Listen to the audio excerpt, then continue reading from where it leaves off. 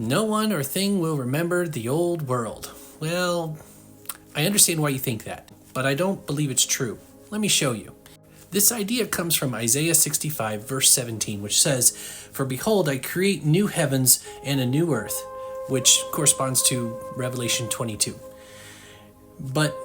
And the former things shall not be remembered or come into mind. Okay, so it sounds like this is exactly what this person's saying, where we're just not even going to remember the old history. The problem is that God's building a testimony of people who choose Him. How are we going to rejoice for Him having saved us if we don't even remember being saved? And if we can't remember the test, there is no testimony. Verse 18 makes this a little more clear. It says, "But be glad and rejoice forever." Rejoice in what? In that which I create. Okay? In order to rejoice in that which He creates, we have to understand that it's better.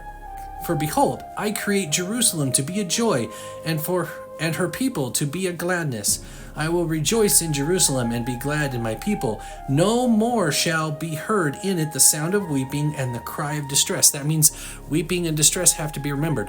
What's it talking about? This passage is not being so literal as you might think. Paul actually helps us understand this. In Romans chapter 8, he's talking about our future glory, what we have to hope in, our blessed hope, the resurrection, the new heavens and the new earth, everything that's to come. He's wrapping it all together.